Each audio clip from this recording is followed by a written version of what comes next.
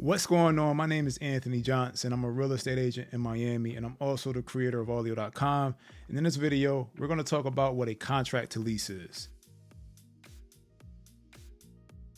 If you're a landlord or a tenant and you hire a real estate agent in Miami, chances are you're going to encounter a contract to lease. So it's good to know what is in the contract to lease and how important it is during the transaction when it comes to renting. In Miami, real estate agents, we typically use the contract to lease as an offer, and it sets the stage for the lease. So a contract to lease pretty much just draws out what the tenant is offering in regards to the lease. They may be offering what the landlord is asking. They may be offering less or more. There may be other terms. There may be the actual terms, but it will be filled out in a contract to lease, which is legally binding. But I've never had a situation where a tenant backed out or changed their mind and a landlord went after them. And typically there's never really a deposit submitted at that point, so there's nothing to really go after. But technically, the contract to lease is a legally binding contract. I've spent the last 5 years learning how to utilize no-code and low-code tools to create a platform. I've taken all the issues that I can control and created a solution for it with the goal to create a much easier process of selling and renting real estate. And that's Allio.com. If you are looking to list your property for sale or for rent, feel free to reach out. If you're a buyer or a tenant, I can refer you to some great agents in the area. I would really appreciate you checking it out and sharing it with your friends and family so I can get this innovative platform out to the masses. Now, what is on the contract to lease? Basic information, pretty much the name of the landlord, the name of the tenant, the address, the rent price being offered, move-in cost, so on and so forth. It's pretty straightforward. It's only about 3 pages long, and it's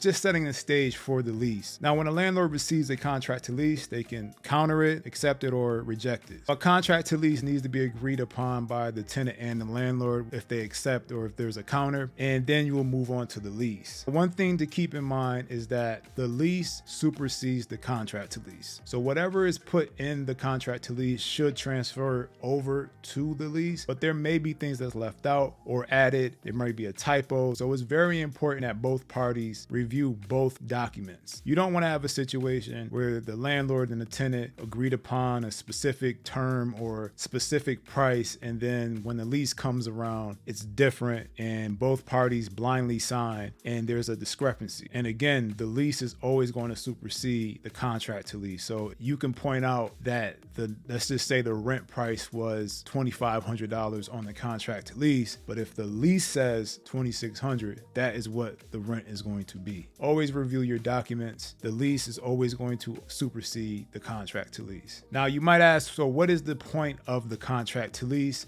Again, we use it as an offer. It helps the tenant submit an offer to the landlord before actually signing a lease. Typically, with a contract to lease, the tenant is going to submit photo ID, proof of income, maybe even a rental application. When they're dealing with condos, and this is a separate video, the tenant has to go through the condo association to be approved. So there's a time frame up to 2 to 3 weeks where the tenant will have to wait. But when it's a single family home, it's a bit different. You can go from the lease and pretty much move in depending on when the agreed upon move-in is. When it comes to condos, it's based off of when the tenant gets the approval by the condo association, but that's another video. So that is what a contract to lease is. It's pretty straightforward. If you found this video helpful, make sure you like and subscribe, and feel free to ask any questions that you may have in the comment section. I'll see you in the next video.